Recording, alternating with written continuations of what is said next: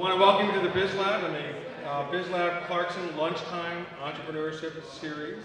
Long name, amazing results. I call this the most productive lunch hour in New York's capital region. And no, Jeff, it's 1 hour, you're here 1 hour. It may take you half an hour to get here. Relocate to Schenectady, brother. That's all I can tell you. I'm Rick DeRico, I'm the Managing Director of the BizLab. Very excited about today's event. I covered Tobi when I was a reporter for the Business Review and covered her right from the very beginning of the start of her company. So I'm really looking forward to hearing her because she's a very gifted CEO, but she's also got a very unique perspective on things. So you're in for a real treat. But first, are there any folks here for the first time? Awesome. So thanks so much for coming. It's always good to see a nice mix of people who are returners who come a lot. They're part of the fabric of this event, and then also bringing new people. So thank you so much. We have another who's who crowd here. Richard Schliesman, great to see you here. When I saw that you registered, I was really pumped about that. And each and every one of you are special in your own way. So I want to say that. My pleasure to announce our meal sponsor today is Marshall and Sterling Insurance. Where are they? Are they here? Thank you so much for sponsoring the meal. They're one of the largest independent insurance agencies in the nation. So thank you so much. And I also want to thank our video sponsor today, is Community Bank NA. Ken Countermine, thanks so much. I appreciate it, and your team. I know you brought some folks here. Thanks so much for sponsoring the video. And I want to thank our videographer, Richard Lynn. He's with Agora Technologies. And he's been doing this for how many years? How many events now so far, Richard? Where are you? There you are. How many? Is this 4 or 5? Many. All right. I like that. Very specific. You can find past events on our YouTube channel, and he's also live streaming it now as well. And while I'm mentioning technology, if you are going to tweet this, use the hashtag BizLabClarkson. It's actually on that poster here. BizLabClarkson. All right.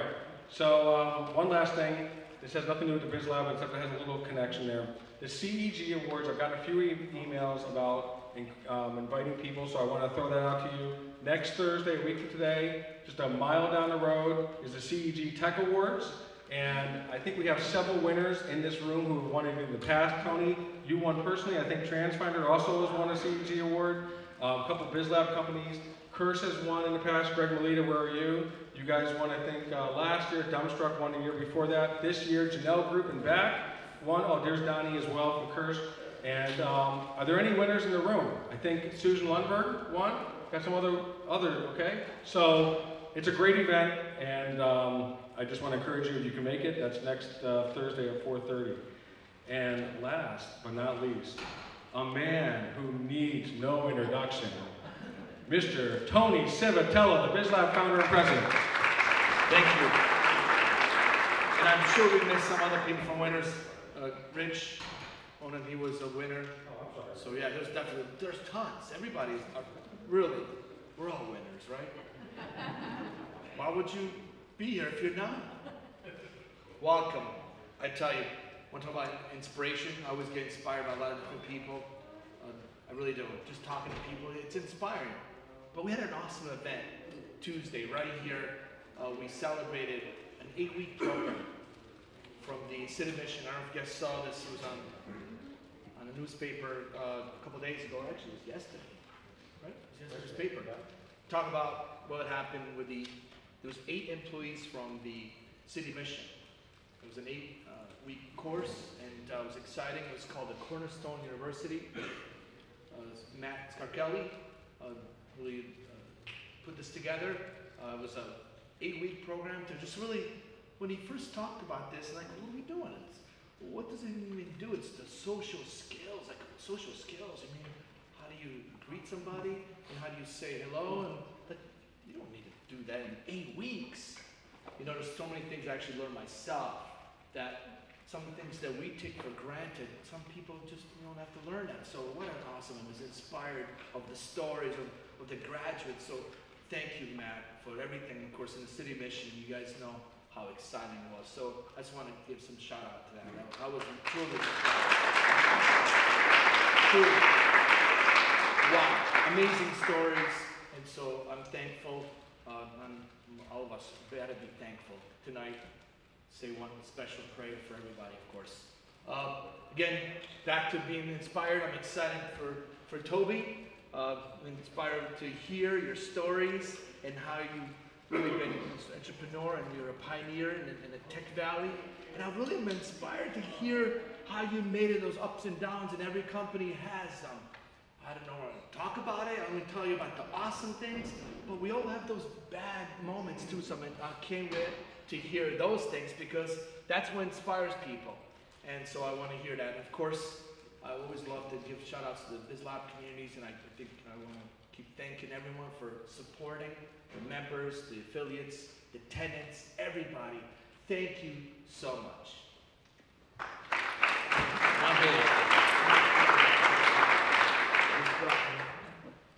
A very important pen. Yes, very important. Thanks, Tony. So as I mentioned to Rick, he lets me do the toilet stuff. So the bathrooms are in the back. There's an exit over here. Then there's an exit. 5 days a week then. 5 days a week. Yeah. Awesome. So, it's very important that we know that. So the exits are on the back there in the front, toilets are in the back, and please put your oxygen mask on first before your child's. Also remember, there is a bank that's doing business here, so sometimes we get a little noise in the background, and that's just part of the culture and environment that we have here. The ambiance, excuse me, better word. You being a reporter are better at words than I am being a foreign immigrant for whom English is a second language. All right, so today we have a great speaker. We're going to interview her, Rich and I, which we tend to like, and a lot of speakers have as well. So Tobi is, come on in, from the green room. Yeah. Tobi is the founder and CEO of First Playable Solutions, which is a company that's been in the region for quite a while and a recipient of many awards in the region as well. So we're going to have a brief interview with her, and then in about half an hour into it, we'll have some time for some questions from the audience. So don't be bashful about that. Welcome, Tobi. Thank you.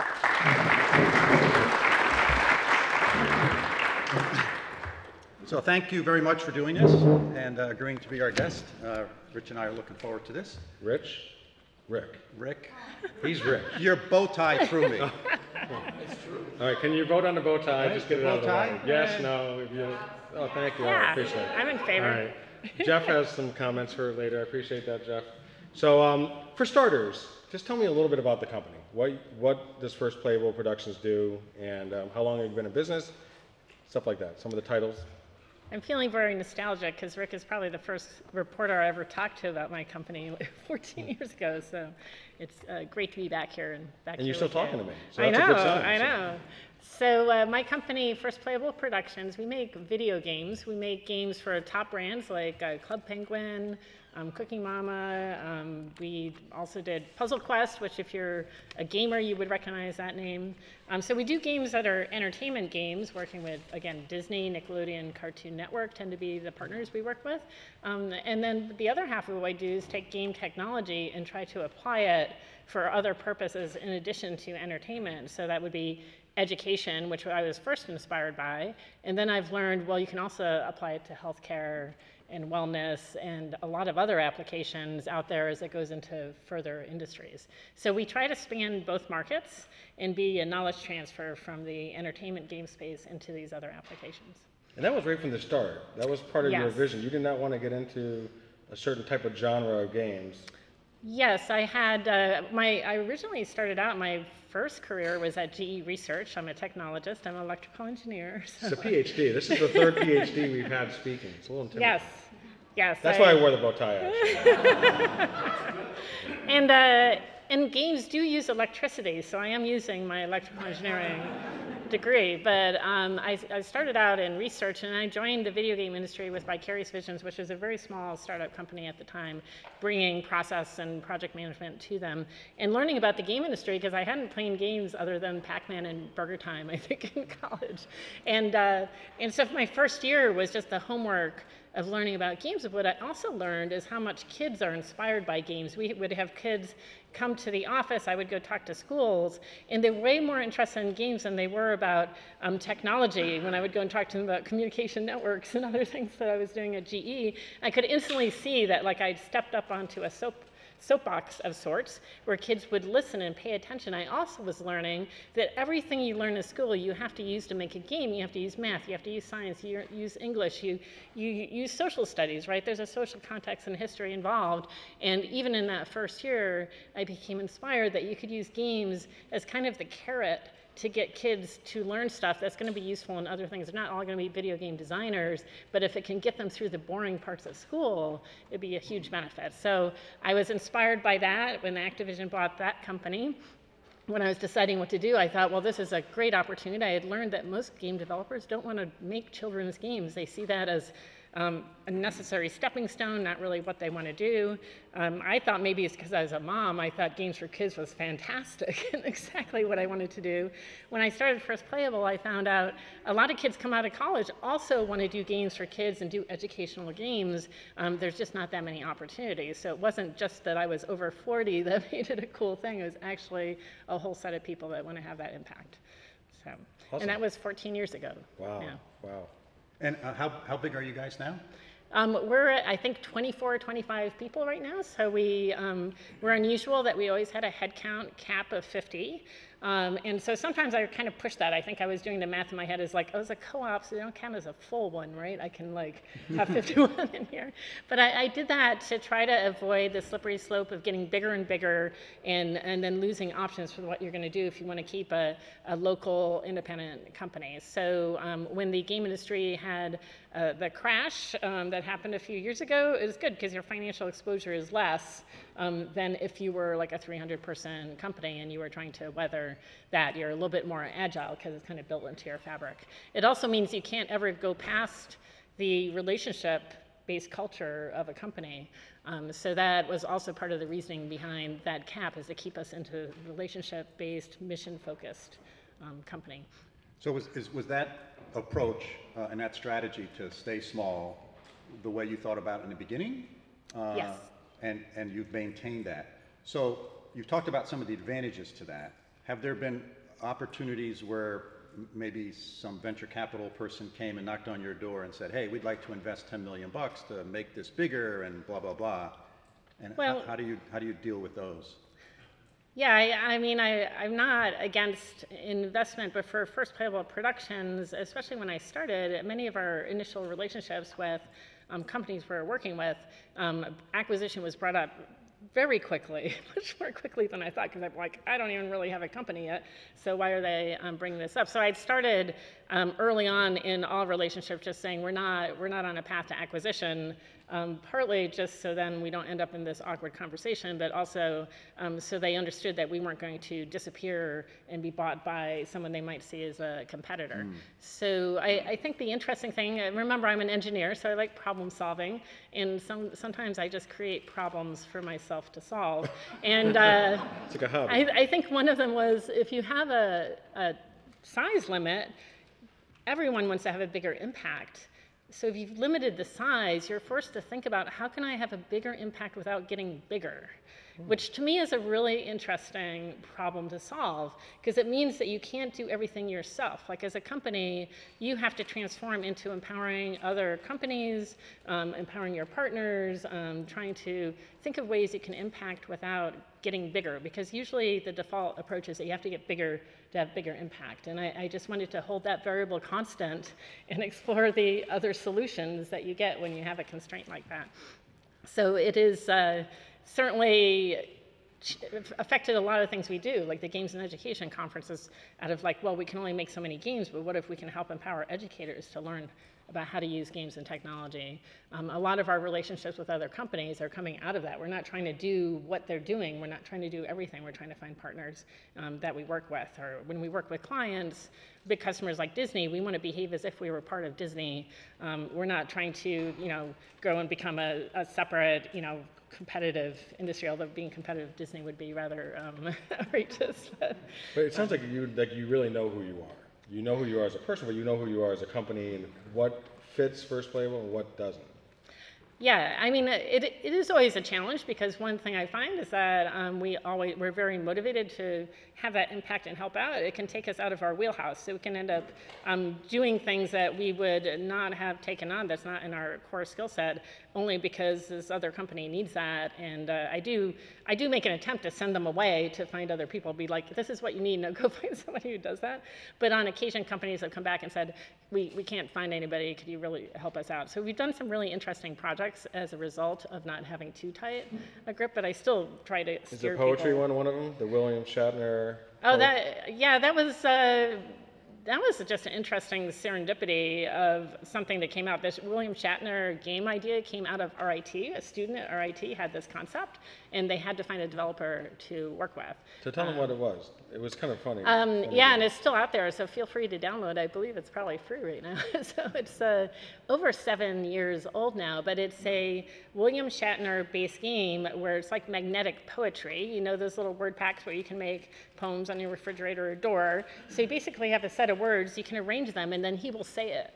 So his articulation style, being full of pauses, is ideal for that, right? There's probably a lot of other people, well, maybe technology is almost at a point you could do the blending that was needed, but he recorded every word with 3 different levels of emphasis. So you can kind of choose your level of emphasis, write your poems, and you can video and send it to your friends and family. So that was, it was a fun, adventurous game. He's a very interesting person to work with because he has unexpected boundaries. Like you think that he has no shame, right? He has no, this is being recorded, so eventually he'll hear this and actually agree with me, I think. Right? You see the advertisements he does. He's not shy about doing things or, but there's fine lines about what he considers to be too much. So a lot of those. He actually does have a line somewhere. There's a line. There is a line, and it's not clear, but it's clear in his head. And he basically just, come up with ideas, and you can do like lots of them, and a bunch of them you can't. So, and that idea also, like a lot of game ideas, you don't know until you have something that's playable. So the concern of any celebrity is like, oh, somebody could put words in my mouth. But once he saw it working, then he no longer had that concern at all, and we were able to do a lot more with those word packs. So one of the things I found interesting we always do pre-conference calls with our speakers, is that you don't have an exit strategy. Now everybody here, most of the people have an exit strategy. You don't have an exit strategy. Yeah, that's a problem, I guess. Why is that? So the traditional high-tech industry exit strategies would be some type of strategic sale or investment path.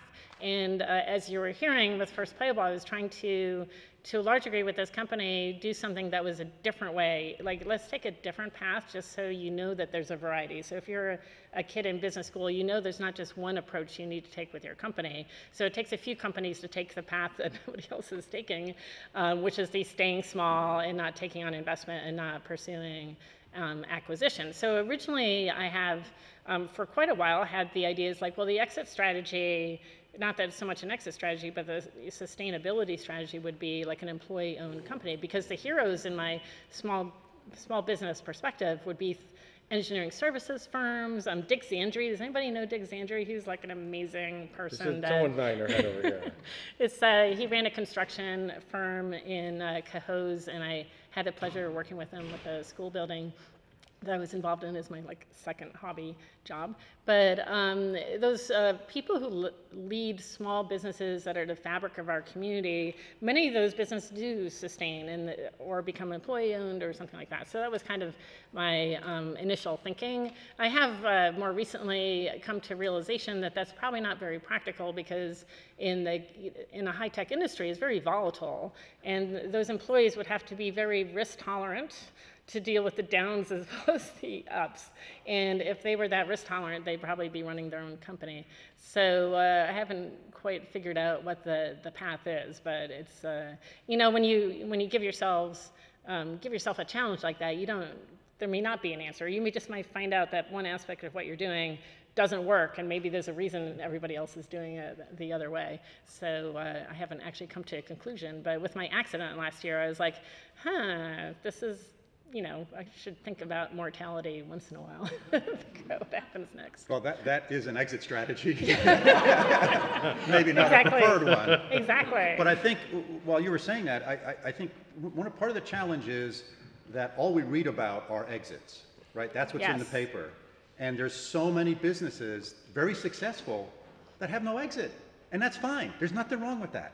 That's great. You employ a bunch of people make a living, and that's fabulous. Yeah. So I think we have to be careful. You know, it's just like you read a lot about venture capital. Well, everyone should get venture capital. Everyone should get venture capital. Well, that's not true. It's appropriate for a very small number of actual companies that start. So I think this is refreshing to hear this, and that's one of the reasons we wanted to have you here. I do remember within the first few months of my company starting, I was still in the RPI Incubator Center, and I was just struggling with that same thing because I'm a good student at GE, and I've learned a lot about business. Like I've learned all these things, and they're ingrained to a large degree. So when you start trying to go against the rules that everybody's taught you, there's a little bit of cognitive dissonance. And I was struggling with the concept that community service is important because I want to make sure that this business has impact on the community, and I'm very involved in boards. So I'm sure it was a situation where I'm like, I'm supposed to be 100% dedicated to my company, but I also have this Montessori school board that's taking a lot of hours every day. So, so what do? Do I just stop doing that or not? And I remember thinking at that time, is every company can be finite. I mean, every company is finite. Coming from GE, it's hard to imagine.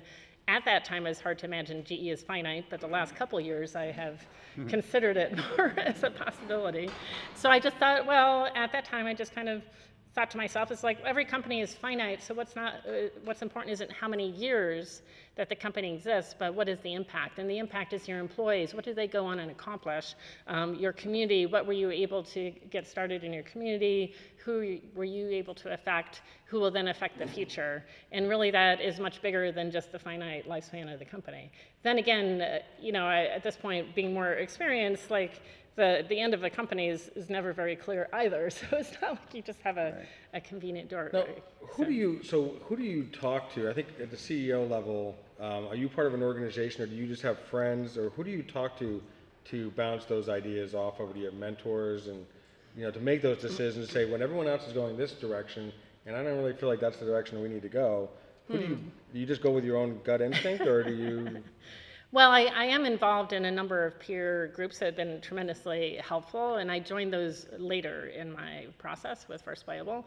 When I started the company, I think I probably was more counter to that. In fact, I didn't have a board, partly because I didn't want to have a board I had to listen to, which doesn't make a lot of sense now, because now I appreciate the benefits that a board would bring that you don't bring yourself, even if you have peer networks, it's not going to bring to you. But at the time, I had a lot of experience with boards, and I had a lot of experience with business advice, and a lot of what I was doing was pretty firmly guided by doing the opposite of what everybody had told me to do, because I've gotten a lot of feedback starting at GE that you're too idealistic. This is not business. You can't go into business and have these idealistic attitudes. And we'd even have debates, does idealistic equal naive or not?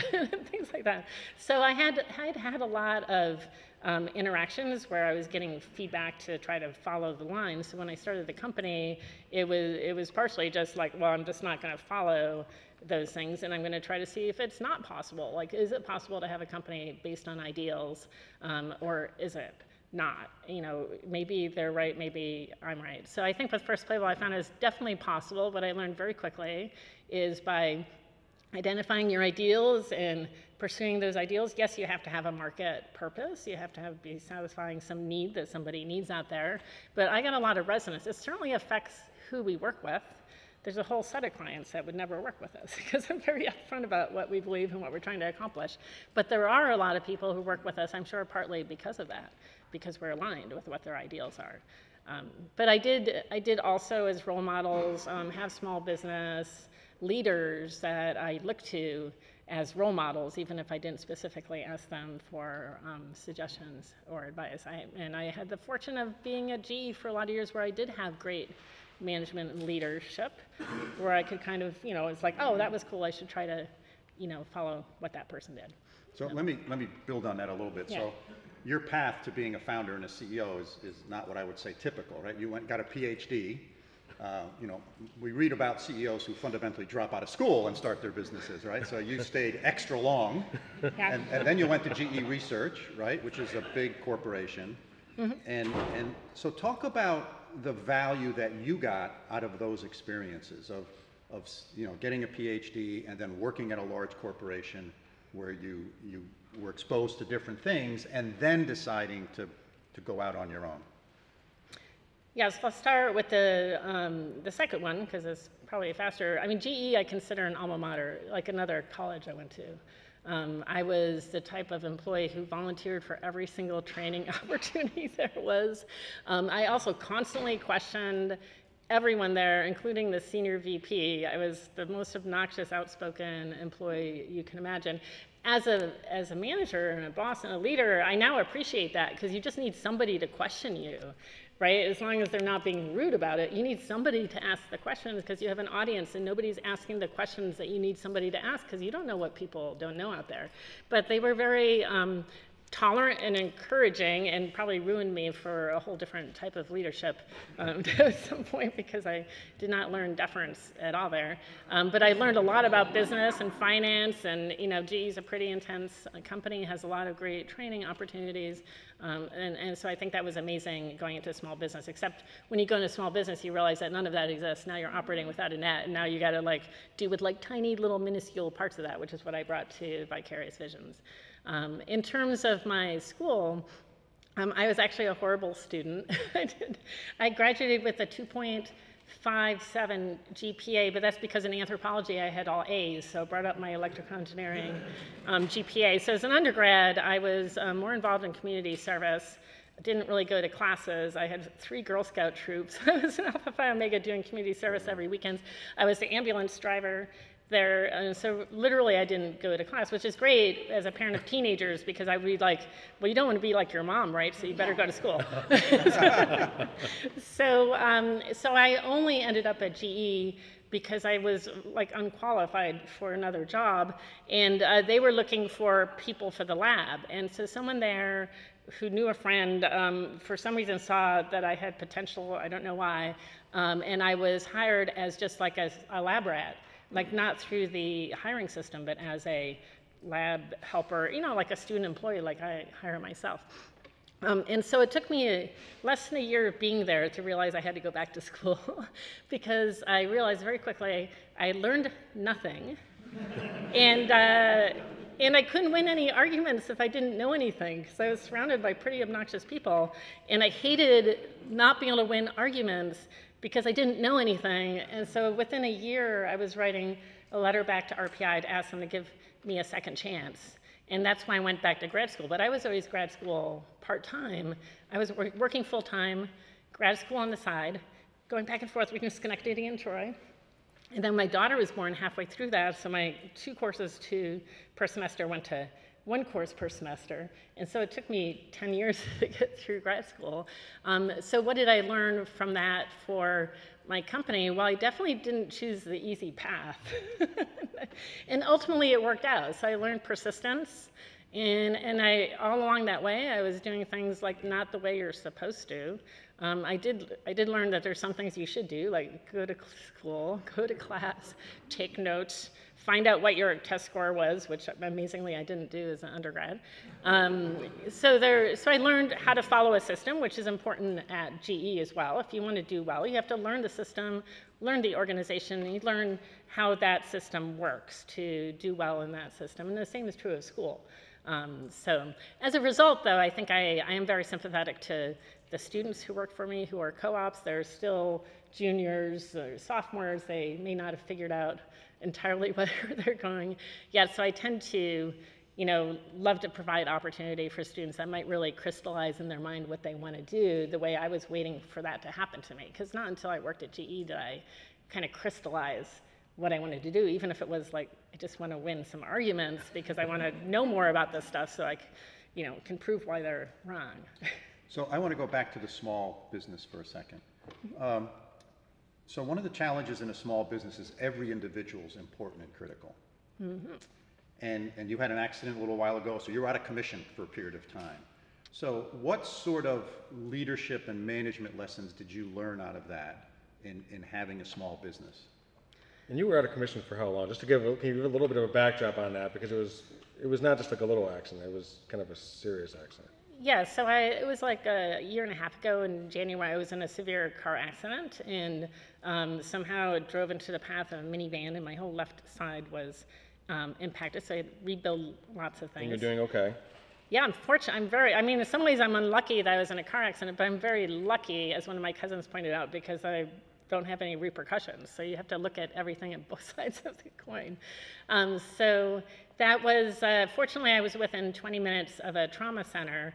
I had just done a game to teach emergency physicians to transfer patients to trauma centers more quickly. And it wasn't testing it out. That was the first thing that came to mind when I became aware of my situation. One of the first things I thought is like, I could be like the case for like 3 of the categories of why you have to do it. We would have data, right? We could put me in the game because I obsess a little bit about these things, but I never really fully understood until that. Ironically, even though I'd spent like 4 months on the game, I really hadn't internalized like why it's important to get to a trauma center. So they have magical technologies, the quick answer to that. But I was then in the hospital for about 6 weeks, I think it was, then finally got well enough I could be transferred to Albany Med, was there for another about 4 weeks, and then home, but then dealing with some severe pain. So it wasn't until like mid-May that I was to the point I could start engaging back and doing something closer to my job. That being said, 2 days after the accident, I was doing payroll from the hospital bed. So I was still working and got scolded by my nurses quite a bit, but I'm like, I have a really mean boss. I have to do this stuff. But what I did learn, my team back at the office, since we're a small company, we have generally a rule that people should do things, right? You shouldn't like not do something because it's somebody else's job. We're kind of a team, and we kind of step up and do things that needs to be done. And so the team really did pull together, not just to figure out what to do at the company side, but even thinking about things, like Tobi's dogs need to be dog sat, because of course all my family came out to the hospital. So, so they did a fantastic job of that. And I think that's just encouragement, and generally, even though we didn't have a plan for that, the team was able to respond, organize themselves, and feel empowered that they could move ahead and start doing things. Also, everybody knows my password, so I don't know if I should advise that, but that certainly helped a bit to make sure that people could pick up and get things done. But it was, what the company didn't get was sales and marketing. Didn't really have anybody looking at the finances. So although the company was surviving, it was kind of surviving in the red, and it wasn't going to be sustainable very long. So actually, another thought I had right when I first realized where the situation I was in was like, the company is going to go out of business, there's nothing I can do. And I felt relief at that, because at that point I was just like, it's just accepting the fact that you're in a serious situation. And I put out of my mind worry about it. And it was still something I didn't allow myself to get too engaged into whether the company would survive until later in the spring. And then middle of May, I decided, all right, I got to do more than I was maybe working 4 hours a day or something. But, I'm going to go in and fight for it. And up until that point, I really hadn't committed to, like, the company is going to survive, because I was just trying to survive myself at that point, figure out how to get medical cannabis and important things like that. So there's a lot of other things you have to worry about in this world, in the state specifically. But then in middle of May, I was able to re-engage, and I'm like, okay, I'm just going to see over the next couple months, check over the next couple months, can I turn things around? So end of last year was really more of a turnaround, and happily, things started working well. So by the end of last year, it's like, okay, I think the equation still works. It still seems like we're providing a needed service. But right, it did give me think to like, we don't really have an exit plan, and we don't, I have keyman insurance, but guess what? It doesn't really help if you're incapacitated. Like you have to literally die before keyman insurance would kick in. So, and if you think about it, it's Marshall probably Sterling, could you guys do that? right. So think about that as CEO. Isn't it more likely you might have a stroke? You might be incapacitated. Isn't that more likely than you might just keel over and be completely dead? So that was a shock to me because I always thought of keyman insurance as being something that would cover something like that, but I'm obviously not very educated on that. I have a question I really do want to ask you, Yes. but I'm going to save it for the end because we always end at 1 o'clock sharp. Oh, right. I even had to ask Tony to speed it up one time. Not a good career move to do that. But any questions out here? I'm sure there's a bunch, but there's got to be at least one question. Yes, Richard. So Tobi, as you progress your company and the gaming industry in the capital region seems to be sort of a microeconomy that's growing for, how is the attraction and retention of labor in that field currently for our local economy in your experience? Great question.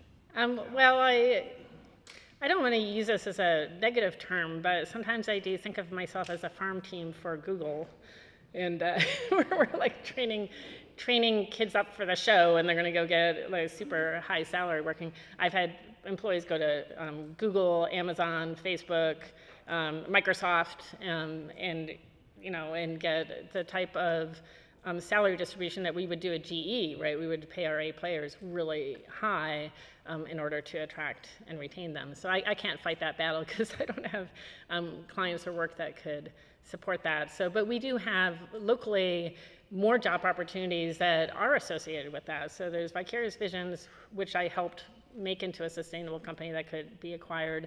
Then Agora Games, who is across the hall from me in the incubator center, I got them into video games because I knew there was a project at Vicarious Visions that would be dropped unless I could get somebody else to do it because it involved computer networks, and I was the only one at VV who wanted to do network stuff, and Agora did that. I'm like, okay, Agora, Tony Hawk needs this project.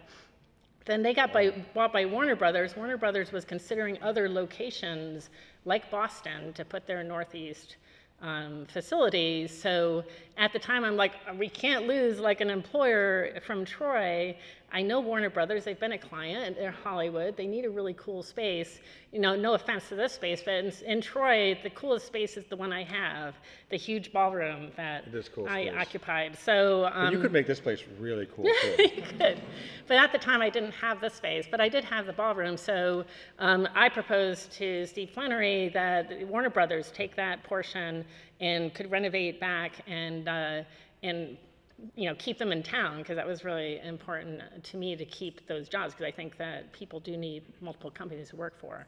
And then I essentially did very similar with Velen Studios with the other half of that building. So I think to do that, I had to make the case that yes, it's not 80,000 square feet of space in a big tech park space somewhere, but in Troy, the technology community works together, and people will move around and make space in that building. It's a huge building. So like right now, Troy Webb is moving to the Quackenbush building so that Velen can have more space, and we all kind of shift around as a community to make that still be a vibrant place. And that was kind of the argument I had to make to get them to not, move out of the city and into another, more typical space there. So I think from an employee standpoint, people have a lot more options to not have to go out of town to get a much higher salary.